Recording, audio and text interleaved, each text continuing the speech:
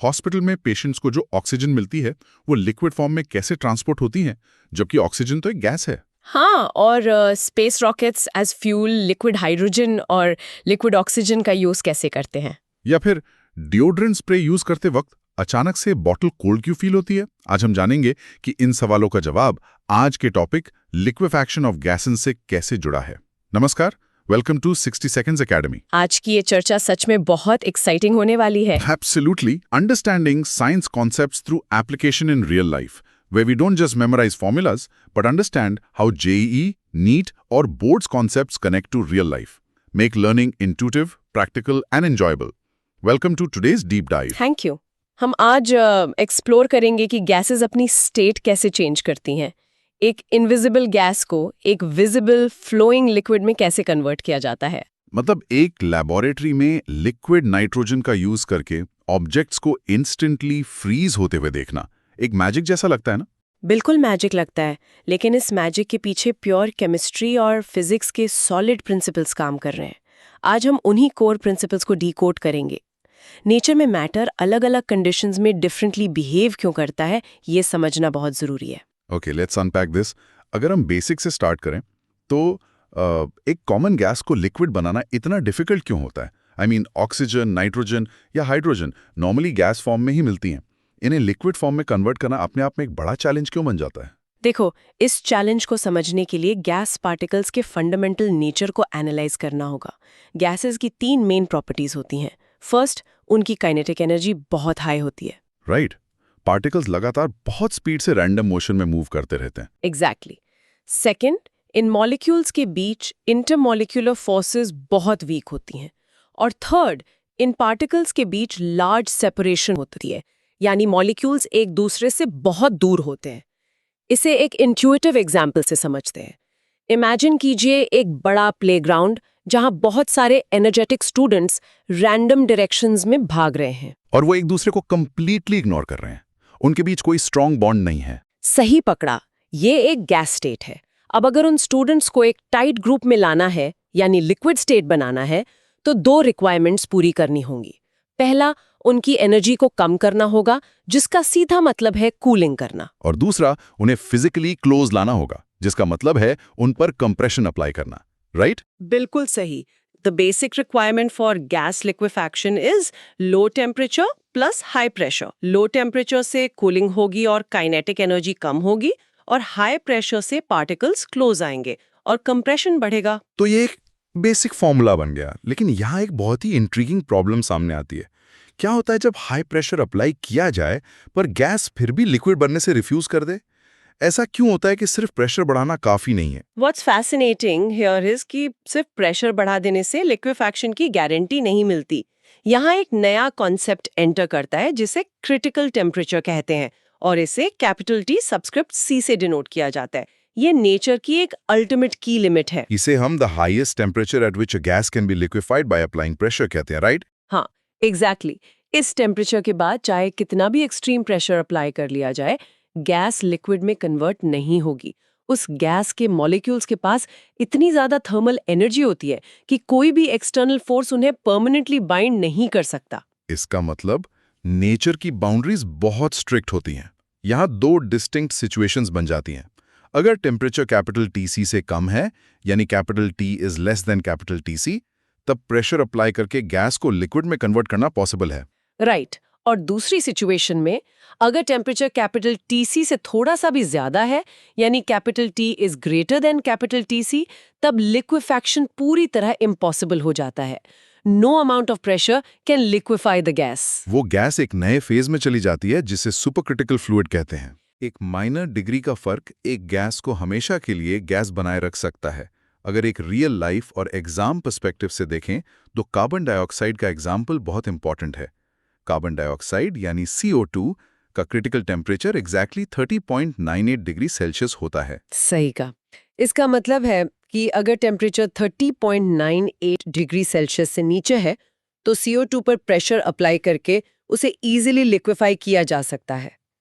लेकिन अगर temperature 31 degree Celsius पर है, जो कि एक नॉर्मल रूम टेम्परेचर हो सकता है, तो CO2 लिक्विफाई हो ही नहीं सकते, चाहे उस पर कितना भी टन्स ऑफ प्रेशर क्यों ना डाल दिया जाए। ये एक बहुत शार्प और अनफॉरगिविंग थ्रेशोल्ड है, और स्टूडेंट्स के पॉइंट ऑफ व्यू से इस क्रिटिकल लिमिट को डिटेल में समझना बहुत क्रूशल है, क्योंकि इस पर मैक्सिमम कॉन्सेप्ट क्वेश्चंस बनते हैं। एब्सोल्युटली। इस चैप्टर में 3 क्रिटिकल कॉन्स्टेंट्स डिफाइन किए गए हैं जो हर कॉम्पिटिटिव एग्जाम के लिए इम्पॉर्टेंट है। पहला तो हमने डिस्कस किया क्रिटिकल टेम्परेचर यानी कैपिटल TC, जो लिक्विफैक्शन के लिए मैक्सिमम टेम्परेचर है। दूसरा है क्रिटिकल प्रेशर, जिसे कैपिटल PC कहते हैं, राइट? हाँ, क्रिटिकल प्रेशर कैपिटल PC वो मिनिमम प्रेशर है जो कैपिटल TC पर अप्लाई करना जरूरी है गैस को लिक्विफाई करने के लिए। और तीसरा है क्रिटिकल वॉल्यूम यानी कैपिटल VC। ये एसेंशियली 1 मोल ऑफ गैस का वॉल्यूम होता है जब टेम्परेचर कैपिटल TC हो और प्रेशर कैपिटल PC हो। ये तीनों कॉन्स्टेंट्स मिलकर एक सब्सटेंस का क्रिटिकल पॉइंट डिफाइन करते हैं, और ये तीनों कॉन्स्टेंट्स बहुत पावरफुली रिलेट करते हैं उस famous bell shaped dome graph से, जो हर science student NCERT text books में देखता है। मैं हमेशा से थॉमस एंड्रूज के कार्बन डाइऑक्साइड एक्सपेरिमेंट्स के उस ग्राफ को ब्रेक डाउन करना चाहता था। थॉमस एंड्रूज के CO2 आइसोथर्म्स वाला ग्राफ इस पूरे कॉन्सेप्ट का फाउंडेशन है। आइसोथर्म्स का मतलब है वो प्रेशर वॉल्यूम कर्व्स जो कांस्टेंट टेम्परेचर पर प्लॉट किए जाते हैं, जिसमें y एक्सिस पर प्रेशर होता है और x एक्सिस पर वॉल्यूम। एग्जैक्टली। अगर ग्राफ को ध्यान से एनालाइज करें तो अलग अलग टेम्परेचर्स पर कंप्लीटली अलग बिहेवियर दिखता है। हाई टेम्परेचर पर यानी above capital TC the curve behaves like Boyle's law. ये एक स्मूथ हाइपरबोला फॉर्म करता है, जिसका डायरेक्टली ये मीनिंग है कि गैस आइडियल बिहेवियर के करीब है और वो किसी भी पॉइंट पर लिक्विफाई नहीं हो रही है। सही। लेकिन कहानी तब बदलती है जब लोअर टेम्परेचर्स पर एक्सपेरिमेंट किया जाता है। लोअर टेम्परेचर्स पर curve develops a flat horizontal region. उस फ्लैट हॉरिजॉन्टल रीजन के दौरान प्रेशर एकदम कांस्टेंट रहता है, जबकि वॉल्यूम ड्रास्टिकली डिक्रीज होता है ना? हाँ, और इसका रीजन ये है कि उस फ्लैट रीजन में गैस एक्चुअली लिक्विड में कन्वर्ट हो रही होती है। ये horizontal line vapour liquid equilibrium को रिप्रेजेंट करती है। सिलेंडर के अंदर एक लिक्विड पूल होता है और उसके ऊपर गैस होती है। जैसे जैसे वॉल्यूम फर्दर डिक्रीज करते हैं और ज्यादा गैस लिक्विड बनती जाती है, पर प्रेशर तब तक चेंज नहीं होता जब तक आखिरी गैस पार्टिकल लिक्विड में कन्वर्ट ना हो जाए। और जैसे जैसे टेम्परेचर फर्दर लोअर करते हैं, ये हॉरिजॉन्टल लाइन और ज्यादा वाइड होती जाती है। इन सभी हॉरिजॉन्टल लाइंस के एंड्स को एक साथ कनेक्ट करें तो एक बेल शेप्ड डोम स्ट्रक्चर बन जाता है। और the top of the dome is the critical point. उस टॉप पॉइंट पर आकर हॉरिजॉन्टल लाइन श्रिंक होकर एक सिंगल पॉइंट बन जाती है। At this point T equals capital TC, capital P equals capital PC और capital V equals capital VC हो जाती है। दोनों फेजेस डिस्टिंग्विश नहीं किए जा सकते। बियॉन्ड दिस पॉइंट यानी डोम के बाहर और ऊपर gas becomes a supercritical fluid. ये single pressure volume diagram liquefaction की पूरी समरी है। अब एक प्रैक्टिकल कंफ्यूजन को दूर करते हैं। अलग अलग गैसेस की प्रॉपर्टीज कंप्लीटली अलग होती हैं, तो एग्जाम में या लैबोरेटरी में कैसे जज किया जाए कि कौन सी गैस आसानी से लिक्विड में टर्न होगी और कौन सी गैस स्ट्रगल करेगी? इसका सॉल्यूशन एक गोल्डन रूल में है जो सभी नीट और JEE एस्पिरेंट्स को डीपली समझना चाहिए। Higher critical temperature means easier liquefaction. जिसका कैपिटल TC जितना ज्यादा होगा उसे लिक्विफाई करना उतना ही इजी होगा। और इसका pure scientific reason intermolecular forces हैं। Higher capital TC implies stronger intermolecular forces. सही है। अगर गैस मॉलिक्यूल्स एक दूसरे को नेचुरली स्ट्रॉन्ग फोर्स से अट्रैक्ट कर रहे हैं तो उन्हें लिक्विड फेज में लाना आसान होगा। एक कंपैरिजन टेबल देखते हैं। अमोनिया यानी NH3 में हाइड्रोजन बॉन्डिंग होती है जो एक बहुत स्ट्रॉन्ग इंटरमॉलिक्यूलर फोर्स है, इसलिए इसका कैपिटल TC बहुत हाई होता है और it is very easy to liquefy. दूसरी तरफ कार्बन डाइऑक्साइड में मॉडरेट फोर्सेस होती हैं, तो इसकी ईज ऑफ लिक्विफैक्शन भी मॉडरेट होती है।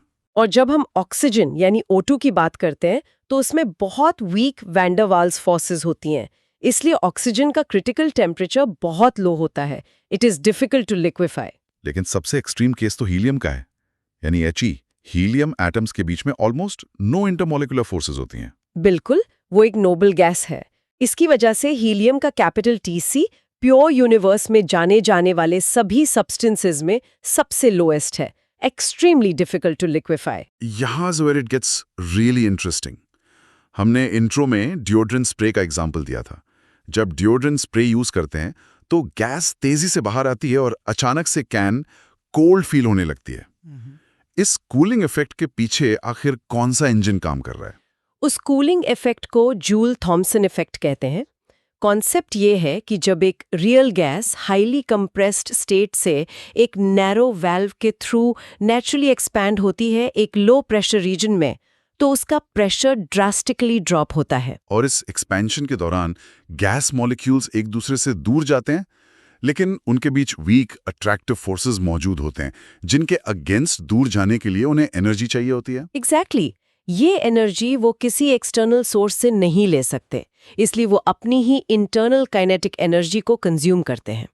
जब इंटरनल काइनेटिक एनर्जी डिक्रीज होती है तो नेचुरली गैस का टेम्परेचर भी ड्रॉप हो जाता है। This is cooling bye expansion. ये मॉडर्न रेफ्रिजरेशन और इंडस्ट्रियल गैस लिक्विफैक्शन का सबसे फंडामेंटल प्रिंसिपल है। इसे जूल थॉमसन कोएफिशिएंट भी कहते हैं, जिसे म्यू सबस्क्रिप्ट जेटी लिखा जाता है। Formulaically mu subscript JT equals delta T upon delta P, मतलब change in temperature divided by change in pressure. सही का, लेकिन फिजिक्स में कोई भी रूल हमेशा सिंपल नहीं होता। जेई और नीट का एक बहुत बड़ा कंसेप्चुअल ट्रैप इसी टॉपिक में छुपा हुआ है। क्या हर एक गैस इस रूल को स्ट्रिक्टली फॉलो करती है या इसमें एक्सेप्शंस मौजूद हैं? यही वो ट्रैप है जहां कॉन्सेप्ट्स टेस्ट होते हैं। जनरल रूल यही है कि most gases cool upon expansion, लेकिन हाइड्रोजन यानी H2 और हीलियम यानी He एक्सेप्शंस है। मतलब रूम टेम्परेचर पर जब हाइड्रोजन और हीलियम एक नैरो वाल्व से एक्सपैंड होती हैं, तो वो कूल होने के बजाय एक्चुअली हीट अप हो जाती हैं। एग्जैक्टली उनका टेम्परेचर इंक्रीज हो जाता है, जिसे हीटिंग इफेक्ट कहते हैं। हीटिंग अप ड्यूरिंग एक्सपेंशन, ये तो जूल थॉमसन इफेक्ट के कोर आइडिया के टोटली ऑपोजिट साउंड करता है। ऐसा क्यों होता है कि जो प्रोसेस बाकी सभी गैसेस को कूल कर रहा है, वही प्रोसेस इन दो गैसेस को गर्म कर देता है? इस एक्सेप्शन के पीछे का रीजन एक स्पेसिफिक प्रॉपर्टी है जिसे इन्वर्जन टेम्परेचर कहते हैं, और इसे कैपिटल T सबस्क्रिप्ट I से डिनोट करते हैं। रूल ये है कि a gas cools during expansion only if its temperature is below the inversion temperature capital TI। तो for most gases room temperature is less than capital TI। वो naturally successfully cool हो जाती हैं जब उन्हें एक्सपैंड किया जाता है। But for hydrogen and helium room temperature is greater than capital TI। उनके मॉलिक्यूल्स बहुत छोटे होते हैं और उनके फोर्सेस इतने वीक होते हैं कि उनका इन्वर्जन टेम्परेचर नेचुरली बहुत लो होता है। जब initial temperature already capital TI से बड़ा हो, तो एक्सपेंशन के दौरान कूलिंग के बजाय फ्रिक्शन और रिपल्शन फोर्सेस डोमिनेट करते हैं, जिसकी वजह से हीटिंग ऑब्जर्व होती है। सही एनालिसिस है। और इसीलिए फैक्ट्री लेवल पर अगर हीलियम या हाइड्रोजन को लिक्विफाई करना है तो उन्हें प्री कूल करना पड़ता है लिक्विड नाइट्रोजन जैसे कूलेंट्स की मदद से। उन्हें आर्टिफिशियली उनके इन्वर्जन टेम्परेचर से नीचे लाना पड़ता है बिफोर लिक्विफैक्शन। तो अब बात करते हैं मैसिव इंडस्ट्रियल स्केल की। हॉस्पिटल्स में जो इतनी सारी लिक्विड ऑक्सीजन यूज होती है, या फैक्ट्रीज में गैसेस को कैसे मैनिपुलेट किया जाता है, इसके लिए लिंडे प्रोसेस का यूज होता है, राइट? हाँ, लिंडे प्रोसेस एक कंटिन्यूअस रिपीटेड साइकिल पर बेस्ड है, जिसमें 4 मेन स्टेप्स होते हैं। ये स्टेप्स बार बार लूप में चलते हैं। स्टेप 1 होता है कंप्रेशन। सबसे पहले atmospheric air is compressed to very high pressure. इससे पार्टिकल्स क्लोज आते हैं, पर कंप्रेशन की वजह से मैकेनिकल वर्क इंटरनल हीट में बदल जाता है और गैस बहुत हीट अप हो जाती है। उस हीट को हैंडल करने के लिए स्टेप 2 आता है, जिसे कूलिंग कहते हैं। Compressed gas passes through heat exchangers and cools. ठंडा पानी उस कंप्रेस्ड गैस की एक्स्ट्रा हीट को एब्जॉर्ब करके बाहर निकाल देता है। उसके बाद स्टेप 3 है एक्सपेंशन, जहां मैजिक होता है। Gas expands through a valve. यहां जूल थॉमसन कूलिंग काम आती है और टेम्परेचर डिक्रीजेस ड्रास्टिकली। और इसके बाद आता है स्टेप 4, जो इस पूरे प्रोसेस का सबसे क्लेवर इंजीनियरिंग डिजाइन है, regenerative cooling. The cold gas leaving the valve flows backward around incoming gas pipes, pre-cooling the incoming gas. This compounding effect eventually forms liquid air. Her cycle के साथ आने वाली gas पहले से ज्यादा ठंडी होती है, जब तक टेम्परेचर इतना नहीं गिर जाता कि गैस अपने क्रिटिकल टेम्परेचर को क्रॉस करके लिक्विड एयर बन जाए। इस कंपाउंडिंग सिस्टम के बिना प्योरली एक सिंगल एक्सपेंशन में हवा को लिक्विड बनाना ऑलमोस्ट इम्पॉसिबल होता। लिंडे प्रोसेस इस सिंपल थर्मल एक्सचेंज थ्योरी को मास प्रोडक्शन में स्केल अप करता है। ओके, तो लिक्विड एयर तो बन गई, लेकिन हॉस्पिटल में पेशेंट्स को प्योर ऑक्सीजन चाहिए होती है। लिक्विड एयर तो एक मिक्सचर है, तो इस कोल्ड लिक्विड मिक्सचर में से प्योर ऑक्सीजन या प्योर नाइट्रोजन को आइसोलेट कैसे किया जाता है? इसके लिए केमिस्ट्री की एक सेपरेशन टेक्निक यूज होती है जिसका नाम है fractional distillation of liquid air. Gases separate based on different boiling points upon gradual warming. अगर हम प्रॉपर्टीज देखें तो नाइट्रोजन का boiling point -196 degree Celsius, argon का -186 डिग्री सेल्सियस और ऑक्सीजन का बॉइलिंग पॉइंट -183 डिग्री सेल्सियस है। इस टेम्परेचर ग्रेडियंट को ट्रैक करें तो जब ग्रेजुअली वार्म अप करने पर टेम्परेचर -196 डिग्री सेल्सियस पर पहुंचता है तो सबसे पहले सारी नाइट्रोजन लिक्विड स्टेट से बॉयल होकर गैस बन जाती है। उसके बाद जब टेम्परेचर फर्दर राइज होकर -186 डिग्री सेल्सियस पर आता है तो आर्गन गैस सेपरेट होती है। और फाइनली इन दोनों के निकल जाने के बाद चेंबर में लिक्विड के फॉर्म में जो पीछे बचता है वो मोस्टली प्योर ऑक्सीजन होती है। उस ऑक्सीजन को इंसुलेटेड सिलेंडर्स में पैक कर लिया जाता है। Fractional distillation layer by layer pure forms में आइसोलेट कर देता है। अब एक आखिरी कॉन्सेप्ट पर चलते हैं जो काफी कटिंग एज लगता है, सुपर क्रिटिकल फ्लूइड्स। ये स्टेट एक्चुअल में क्या है और इसका रियल वर्ल्ड एप्लीकेशन इतना रिलेवेंट क्यों है? सुपरक्रिटिकल फ्लूइड्स मैटर का एक हाईली यूनिक हाइब्रिड फेज है। अबव द क्रिटिकल पॉइंट उनकी फिजिकल प्रॉपर्टीज ब्लेंड हो जाती हैं। Supercritical fluids have the diffusion properties of gases but the dissolving power of liquids. इस हाइब्रिड नेचर का रियल लाइफ एप्लीकेशन सच में फैसिनेटिंग है। Supercritical CO2 is used in coffee decaffeination, perfume extraction और eco-friendly dry cleaning. It penetrates like gas but dissolves like liquid. Exactly. CO2 coffee beans के अंदर gas की तरह penetrate करती है और अंदर जाकर लिक्विड की तरह सिर्फ कैफीन मॉलिक्यूल्स को अपने अंदर डिसॉल्व करके बाहर निकाल लेती है। डेलिकेट फ्लेवर मॉलिक्यूल्स डैमेज नहीं होते। प्रोसेस के एंड में सिंपली प्रेशर हटा दिया जाता है। CO2 वापस नॉर्मल गैस बनकर हवा में उड़ जाती है और पीछे प्योर एक्सट्रैक्ट छूट जाता है। एक ही कॉमन सब्सटेंस सिर्फ टेम्परेचर और प्रेशर के ऑल्ट्रेशन से कॉम्प्लेक्स प्रॉब्लम्स को क्लीनली सॉल्व कर देता है। ये केमिस्ट्री की रियल पावर है। अल्टीमेट कॉन्सेप्ट समरी का टाइम आ गया है। Liquefaction of gases depends entirely on temperature plus pressure plus intermolecular forces. Key principles बिल्कुल क्लियर है। Critical temperature limits liquefaction, the Joules Thomson effect enables cooling and higher capital TC means easier liquefaction. इन्हीं basic principles को scale up करके Linde process और fractional distillation से gases को industrial use के लिए सेपरेट किया जाता है। ये basics hospital oxygen supply, cryogenic technologies और रॉकेट प्रोपेलेंट्स को एक्सप्लेन करते हैं। In the next lecture, lecture 5, हम स्टडी करेंगे why matter changes state, phase transitions explained. अगली चर्चा में हम देखेंगे the master map of matter, the complete phase diagram, triple point, sublimation reason और वाटर का unusual phase diagram. It will connect everything learned in unit C1। Before we wrap up, एक real life question for the comments. अगर एक normal room temperature पर हम एक helium gas के cylinder का वाल्व अचानक खोल दें और गैस एक्सपैंड हो तो क्या सिलेंडर ठंडा फील होगा या गर्म? और ऐसा किस टेम्परेचर प्रॉपर्टी की वजह से होगा? Answer in the comments below. अगर कॉन्सेप्ट्स क्लियर हुए हैं तो सब्सक्राइब, लाइक और शेयर जरूर करें। कोई भी डाउट्स हो तो कमेंट्स में पूछें। Keep learning, keep applying.